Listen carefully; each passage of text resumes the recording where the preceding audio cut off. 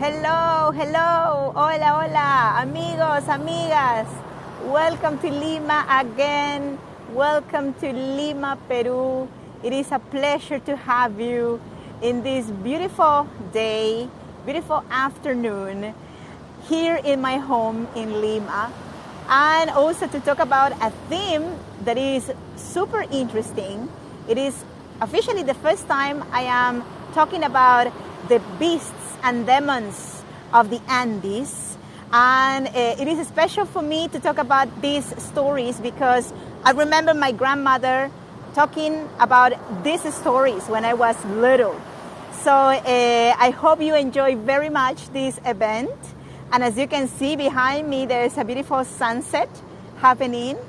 So thanks a lot for joining. And also before we begin, because we have still 1 minute to begin officially the tour, let me say hi to all the beautiful people joining. Thanks a lot for coming. Hola, Adrian, Joel, Matthew, John. Hi, Terry, amiga. Thanks for coming. Hola, Helen, Ave, Marion, Spirit Wolf, Tracy. Thanks for coming. Carol, Jan, and Christine. Hello, Cassandra. Hola, hola, Adrian. Marilu, thanks for coming, amiga. Mike, hola, hola. KJ, hola, hola, from New Zealand. Woohoo! Well, must be very early or very late. Let me know, KJ, which time in the day it is. By the way, we're starting this tour at 6:30 p.m. Peruvian time, Lima time. Hola, Matthew. Oh, I'm so happy you're coming for the first time. Welcome on board. Welcome to my tours in Lima. I really hope you enjoy all of the beautiful content I have for you all. You're going to have so much fun in Lima, I promise. If you love history, this is the place for you. If you like cooking, this is the place for you. If you like interesting stories like legends, this is the place for you as well. And if you like the ocean, you are in the right place. So welcome on board. Hola, Erin, Sherry, Martin, Jay, hello, thanks for coming. Suzanne, Culture D, Cynthia, hola amigos, thanks for coming. And well, Marilu, thanks for visiting me again. So thanks a lot for coming to Lima. And as you know, always, well, I am so happy to have you and happy to share the history of Peru with you all. So 12:30 p.m. Wow, it's lunchtime. My gosh, of tomorrow. So you are, KJ, a person of tomorrow. For me, I am in the past. So today we're going to talk about the beasts and demons from ancient Peru. And I hope you enjoy this series because it's going to be a series. We're going to be able to talk about them at sunset. It's going to be also a chance to get to know more about the country and the culture of Peru. And in a moment, I will begin telling you the stories. I have 5 legends to share with you here at sunset, but the sunset, well, is the star. Lima's characteristic humidity also is present today. So now I will turn the camera to show you how beautiful the ocean looks. So let me turn the camera, and once again, welcome to my channel. If you are new, you're for the first time in my channel in Lima, let me introduce myself to you all. My name is Vanessa Vasquez. I am your Lima City tour guide. I am a licensed official tour guide in Lima, Peru. Been guiding for over 15 years, and guiding is my passion. Is really one of the loves of my life, and I am very happy to be able to share the culture of my country with you all, virtually and as well in person. When you come to Lima, please make sure of telling me, please. I will be making the pisco sours for you all. So today's Mother Nature, Pachamama, is giving us a beautiful, beautiful sunset. Not the usual sunset when we see the sun, like hiding behind the ocean, but this reddish sky above this sort of like cushion of clouds. So that is very, very characteristic of Lima. And we are right next to the ocean. Look how blessed I am and we Limanians are of living right next to the sea. Our oceans are rocky beaches here in the coast. The beaches here are rocky beaches, and our ocean, the Pacific, which we are in front of, is the subject of lots of different legends and stories. And today, I want to share with you some interesting stories about the demons of the Andes. Demons, devils, beasts of the Andes. And I think the perfect frame for these stories is nature. As you know, of course, Peruvians, we are extremely superstitious people.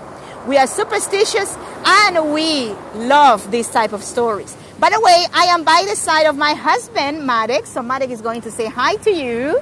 Hi, hello, friends. He's my bodyguard. I save money. I don't need to pay a person. I just take him and pay him with churros. So, he's saying hi to everybody. So we're going now to turn the camera again. And we're going to begin with this series of stories about the devils of the Andes. And this series is going to take us to different parts of the country. Because, Peru is a country that is very big. We are divided in three natural regions. We have the coast, we have the Andes, and we have the jungle zone. So in today's occasion, I have chosen 5 legends from the Andes. My family is from the Andes, by the way. My grandmother came from the Andes in the 70s to Lima. And I remember her telling me lots of different legends at nighttime, this type of very creepy legends. I think she had a good mood, and she also started to notice that I was growing up, and I could deal with these stories. And these are bedtime stories, but are quite creepy. So I'm going now to share these stories with you. Also, they are very popular stories in the Andes. We're going to begin with the first one. Also, something very important is that many of these stories, I try to find sort of like an understanding of why these stories were created. Why, let's say, these beasts were created in the imagination of people.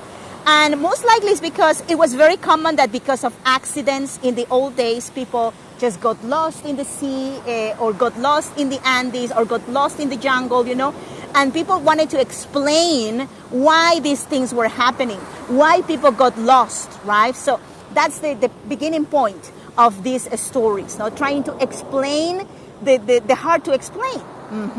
So the first story is called El Muki. El Muki. So what is the Muki? Okay, so let me share with you a picture of El Muki, a drawing of how El Muki is. So the Muki is a goblin-like creature in the mythology of the central Andes of Bolivia, for example, the section of Bolivia, Peru, Ecuador, and Colombia. He is known to be a miner or is associated with mining. So it is very important to understand that these creatures that are related with the underworld in the pre-Hispanic times are creatures that also for the Incas and the pre-Inca societies were connected with the Ucupacha. See, if you are new to the Incan, let's say, mythology, let me tell you something important to understand the way how the Incas used to see the world. The Incas believed that the world was divided in 3 parts. So what is above us is the Hanampacha, the world of the high, the world of the skies. The world where we live is the Caipacha, the world of the humans, the world of the puma, right? And the underworld, the world of below, is known as the Ucupacha. So the Ucupacha is the world of these goblins, these creatures that live in the mines. So the way how the Muki looks like is pretty much, or is represented, is like a dwarf. He is very short, no higher than 60 centimeters high or 2 feet, let's say. And it is sort of like usually represented similarly, but it has some little variations. Oh, Helen, thanks so much for your tip support. Amigos, by the way, as you know, these are free to join tours, and it is really, really wonderful when we get to have the chance of receive your support, like a tip support. Thank you so much, Helen. Because we are not being paid by Hego, we are paid with your generosity. So muchas gracias. Thanks in advance for your support, amigos. So, as I was saying, this little creature, the Muki, is also very disproportionate. The people who said they've been able to see the Muki, which usually are miners, they say that it is a very unusual creature. It has no neck. His head is attached to his body. His voice is deep and is not really matching with his appearance, that is very small. He has long, bright blonde hair, and his face is hairy and reddish. Also, he has an hypnotic, let's say, expression. And he actually is very aggressive, to be very honest. The eyes of this goblin, this Muki, reflect the light as if they were made of metal. And his skin is very pale. And he always carries a lantern. And the reason is because he lives in the caves. And he's always associated with the finding of gold. The miners in places like Bolivia, for example, I remember my friend Renan in some of his tours had mentioned about the mining in Bolivia, like in Potosí, for example. The miners, they pay respects to the Muki, and they even create little figures of the Muki that they worship. They pay respects with presents, for example. They lit up cigarettes, for example, for this figure of the Muki. And the way they try to do it is to get from the Muki help to find gold. But the behavior of the Muki is sort of like dangerous, no? By the way, when you get to see a Muki, the Mukis walk very strange. They walk like the ducks because they have disproportionate feet, very big feet. Also, the way how they walk is very characteristic. Also very important, and yes, Adrian, there are many legends in the world about the dwarves that are also connected with the, let's say, the underworld. Because, for example, I remember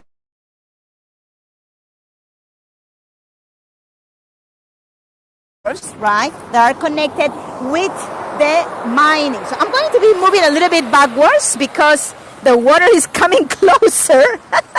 So we're going to move just a little bit backwards. And also, I remember my grandmother saying that she was able to see a Muki when she was little.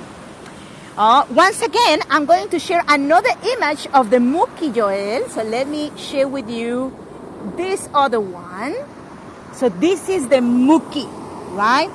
So, but the people that recognize the Muki, you know, as a let's say, as one of those creatures of the Andes, or who are so not really like mythological, that really exist, they say that the Mukis are quite dangerous because they are known to steal children, especially little children, babies, usually children that are not yet baptized.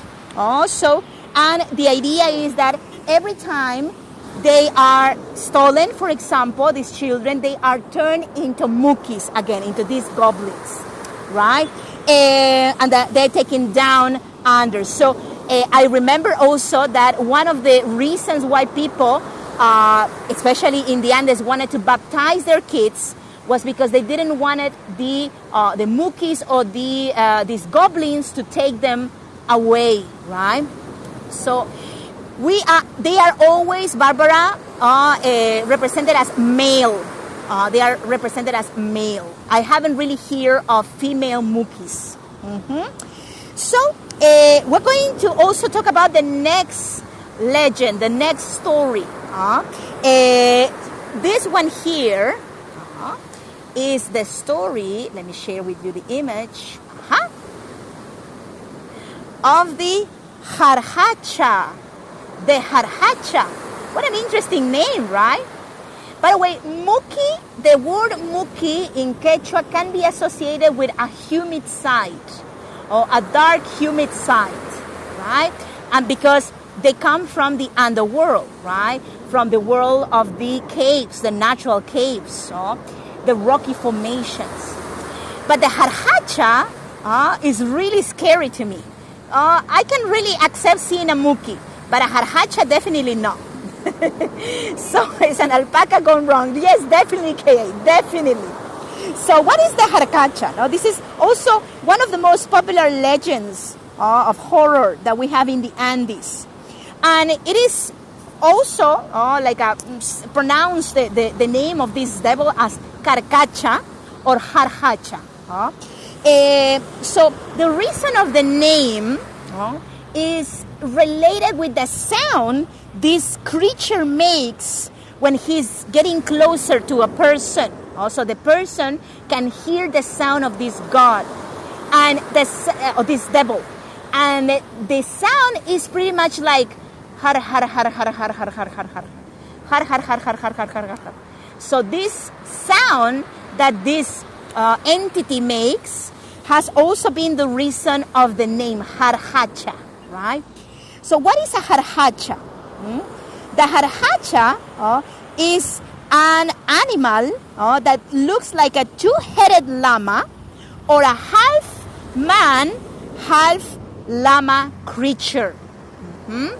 So this entity is not really seen like always the same.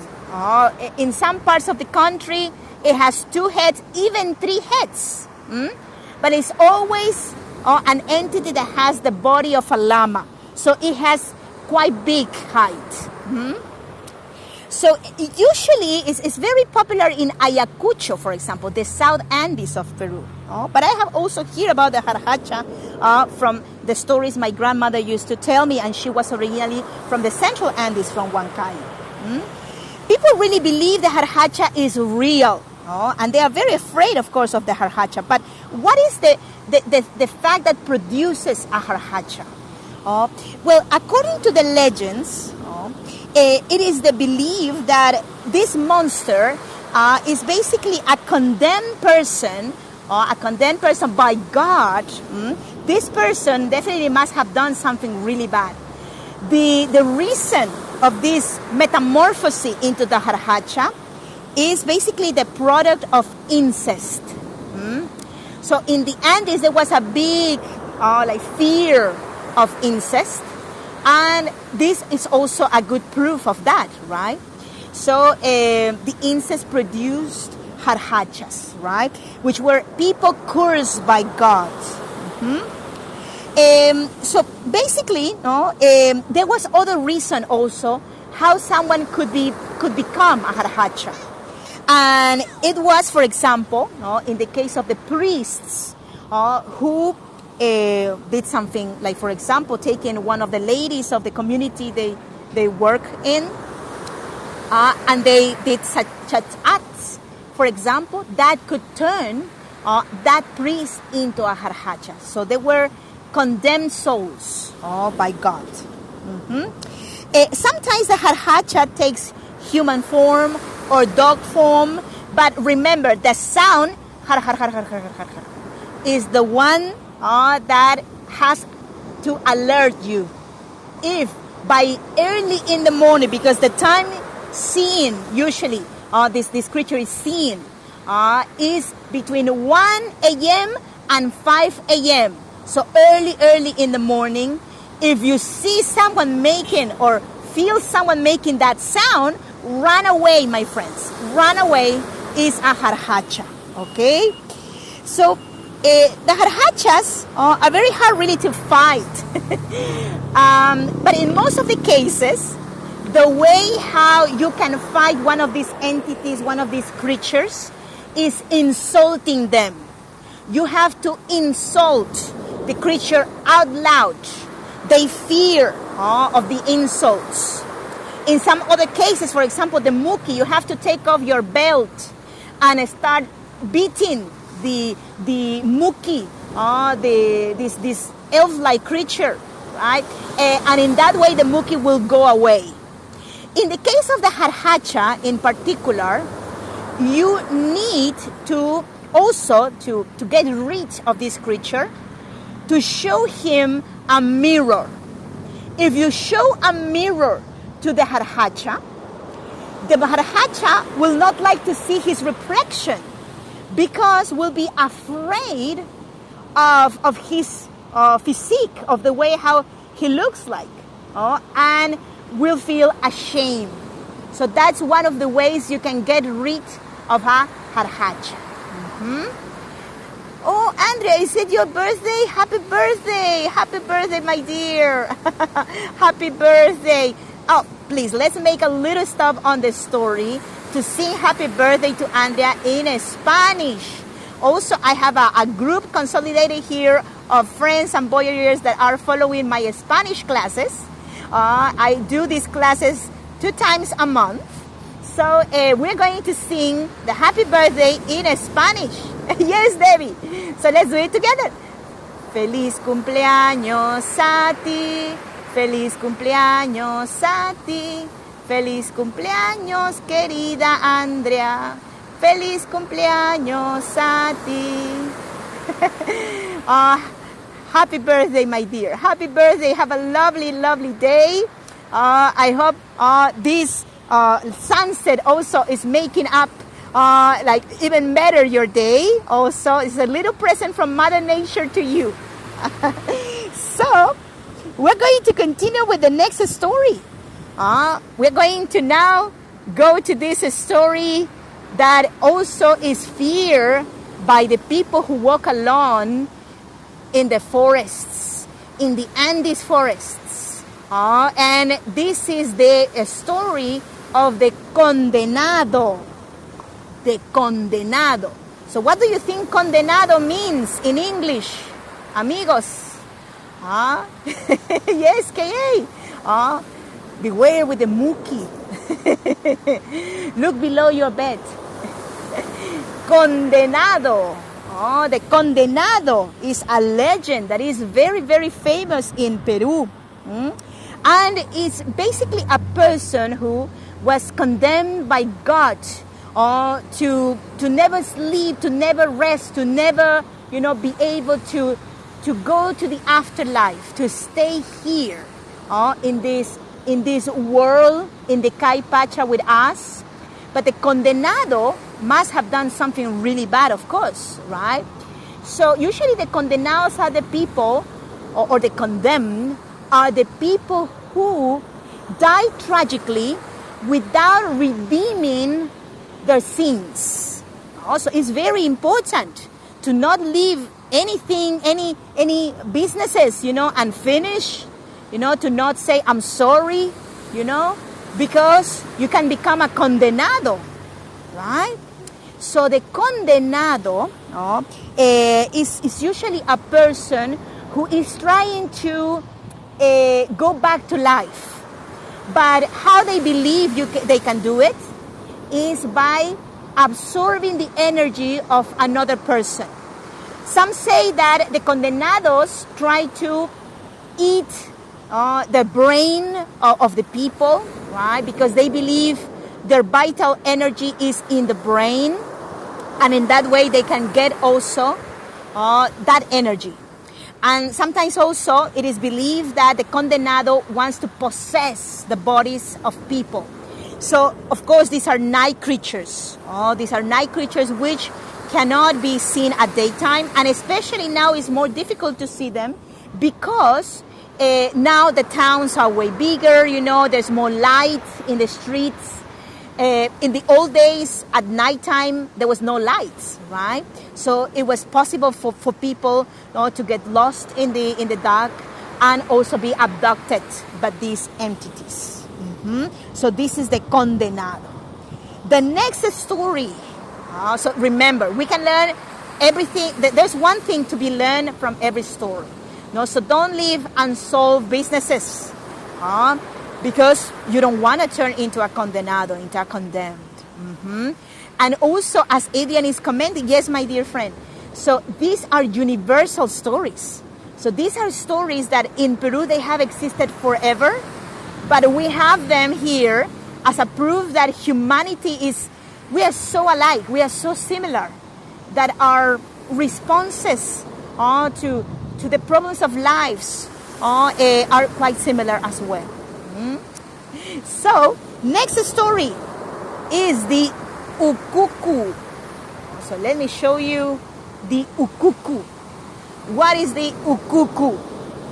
So when I learned about this story, this is one of the most recent stories I learned, because it is not from the region of my grandmother. It's a story from Cusco. And I immediately remember Paddington Bear. You know why? Because the ukuku is basically an spectacle bear. The spectacle bear. And Paddington Bear is an spectacle bear, by the way. Paddington Bear is Peruvian, by the way. So, the ukuku, there's a story about this creature that is really interesting, because it also talks about these demigods, or these gods, which are in a way also protectors of people, with tragic beginnings. For example, the story says the ukuku was the child of a woman called Kukuli, and a god with also the shape of an spectacle bear that, well, decided to take this princess, Kukuli. He kidnapped Kukuli, and they had the ukuku. So ukuku was the child of these two entities. No? So the ukuku had partially body of a spectacle bear and a human body, right? Interesting, right? A lot of scene, right? A lot of scene in these stories. No? And also, I remember that many of the legends of the Greeks, for example, the Greeks the gods are very humane, very human. You know, they make mistakes as humans we do, right? They are sinful sometimes, right? So, it's pretty much the same in the pre-Hispanic times. Our gods were very human-like, right? So, very naughty. So, this ukuku, the story says that, the ukuku was a very small being, entity. He was kidnapped in a cave with his mother. And his mother used to say to the ukuku all the time that she wanted to go out back to her town. She said, I want to go to my town, but your father keeps me captive, she used to say to the ukuku. So you will have to kill him for me, right? So the ukuku said, yes, mother, I will kill my father when I become bigger and stronger. And that's finally what happened. The ukuku ended up killing his father. He freed his mother. They returned to the town of her mother. But there was a problem. The town received Kukuli happily back, but they said, ukuku cannot come in because he's not human. He is a bear. He has to go back with the bears. So ukuku decided to leave her mother in her town, and he went to the bears. But the bears didn't want to receive him because he was part human, and they feared the humans. So finally, this entity ended up walking alone in the jungle zones, in the Andes zones. But finally, the gods gave him a prize, recognizing him to be a good soul, a good person, a good entity. So that's how later he became a demigod. And finally, and this is the most terrifying one. Barbara, thank you so much for your tip support. Muchas gracias, amigos, amigas, for your support, by the way. This is really the fuel that helps us keep going. As you know, these are free tours, and we are really paid with your gratitude, with your support. So thank you so much for that. And we also share our tips with Heygo. So now we're going to continue, guys, as Kaylin, with the last story. And this story, to be very honest, I was very afraid of this story when I was little. So let me tell you that this story is about witches of the Andes. Okay, so here you have the Uma. So what is Uma in Quechua? Oh, gracias, Aaron. Thank you. Uma means head. Oh, so it is the story of the head, the Uma. Oh, so this story is really interesting. Gracias, Damaris. Well, in the Sacred Valley of Cusco, is where basically this story is way more famous, and also it's been told the people that is the source of the original place of this story, right? So the Uma is the legend of a floating witch's head. So this is the head of a witch which detaches from her body to look for men. Gracias, Adrian, Carmela.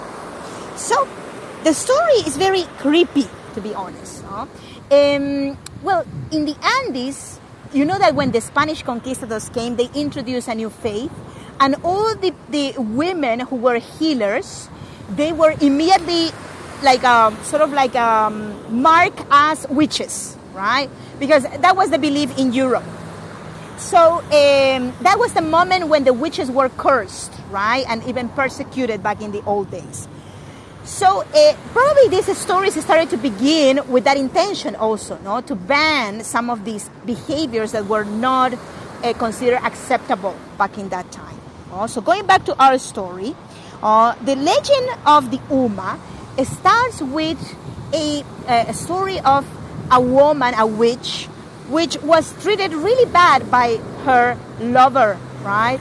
In one occasion, the story says that this witch, which naturally could detach her head, and she was out looking for, probably prizes, right, in the woods.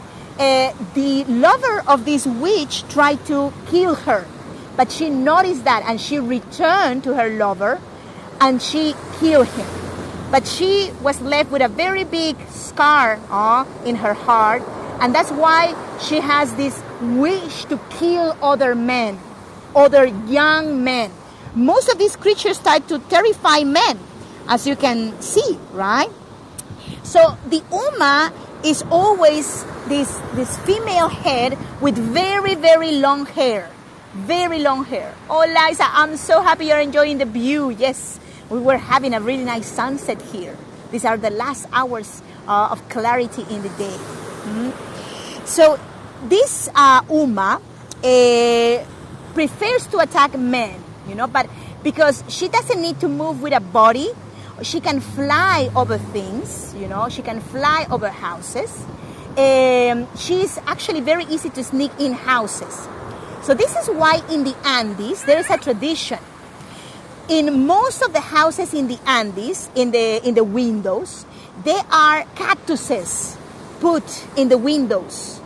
And if you're wondering why, the reason is because people believe that if the Uma wants to get inside the house, her hair is going to tangle with the thorns of the cactuses. So the cactuses are used as a way of protection against the intrusion of the head of the Uma into the houses of people, right? So the way how to kill the Uma is very complicated.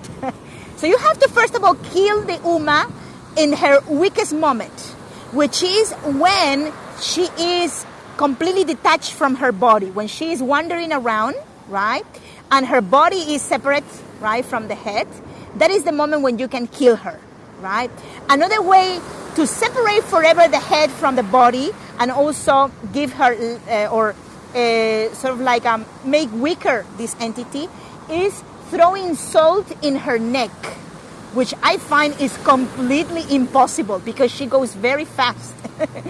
So at nighttime when people go out in the Andes, they are always afraid of the Uma. Sometimes they fear that the things that they look like birds flying, they might not be birds. They might be the head of this wicked witch, which is looking for young, handsome men. So these were my 5 stories of today.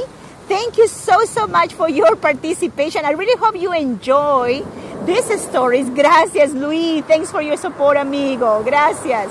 And also remember that I will be doing this series, let's say every more or less 2 weeks, with new legends. Next time we're going to be back in this story of the Bestiary, or the beast of the Andes. The stories of the demons and the devils and the beasts of this part of the world. We're going to talk about the devils of the jungle. Okay, so it's going to be also more creepy. I hope you find this story is very creepy. Also, I am preparing a little booklet with all of the names of these gods and devils that later I will be sharing with you all, because I love to write. So I hope in that way you can, with this literature, you can also get more interested in these stories. See? So Debbie, muchas gracias, amiga. Thank you so much. Andrea, gracias, dear, and happy birthday again. If you wish also to follow more of these tours, or get to know, have notifications of these tours in Lima that I do, don't forget to follow my channel. You can, maybe you see a button in the upper part that says follow. Maybe it's here, I'm not very sure. So if you don't see it, it means that you already follow me. I will be doing a tour next week that is going to be very interesting. It's about history. And it's about the mixed blood children of the Spanish. We are dedicating this month to legends and myths, and I want you to understand the beginning of this, like a multiculturality of Peru and also multiculturality of Lima. So next week we are going to downtown Lima, and I will tell you the history and the biographies of the first mestizos, the first mixed blood children of the Spanish. Is going to be absolutely interesting, because you don't know a thing about these fantastic characters, which are our parents, our great grandparents, and they are the first really true Peruvians, right? So I really hope you enjoyed today's event. Thanks so much for the tip support, Joel, Molly, muchas gracias. Thank you so much, Pamela. Gracias, amigos. It really is a big motivation for me, and I really hope you are enjoying these events. You can also go to my YouTube channel. The YouTube channel is also in my Hego channel. It's one of the links you'll see there. You'll see my Instagram, my Facebook, my YouTube. And you'll see recordings of my past events if you want to learn more about history. So there you can see those. And also you can become my sponsor. So I have lots of beautiful things, presents for my sponsors. I have 2 books for my sponsors. I also have private classes of Spanish for my sponsors. So if you would like to, or if you would like to consider to sponsor my channel, that would be super. And thanks so much in advance. If you are already doing it, muchas gracias. You are in my heart. So thank you so much. Have a lovely rest of the evening. We are sending lots of love from Lima, Peru. Gracias, Marilu, my dear. See you all soon, next week. And have a lovely weekend. Take care, amigos. And until next time. Hasta la vista, baby. See you very soon. Bye-bye, amigos. Bye-bye. And here, a final view with this purple sky. This is so beautiful. A purple sky saying bye to you all from Lima. Yes, violet. Yes, that's right. Yeah, violet. Violet color. Violeta. Violeta. See you soon. Bye-bye.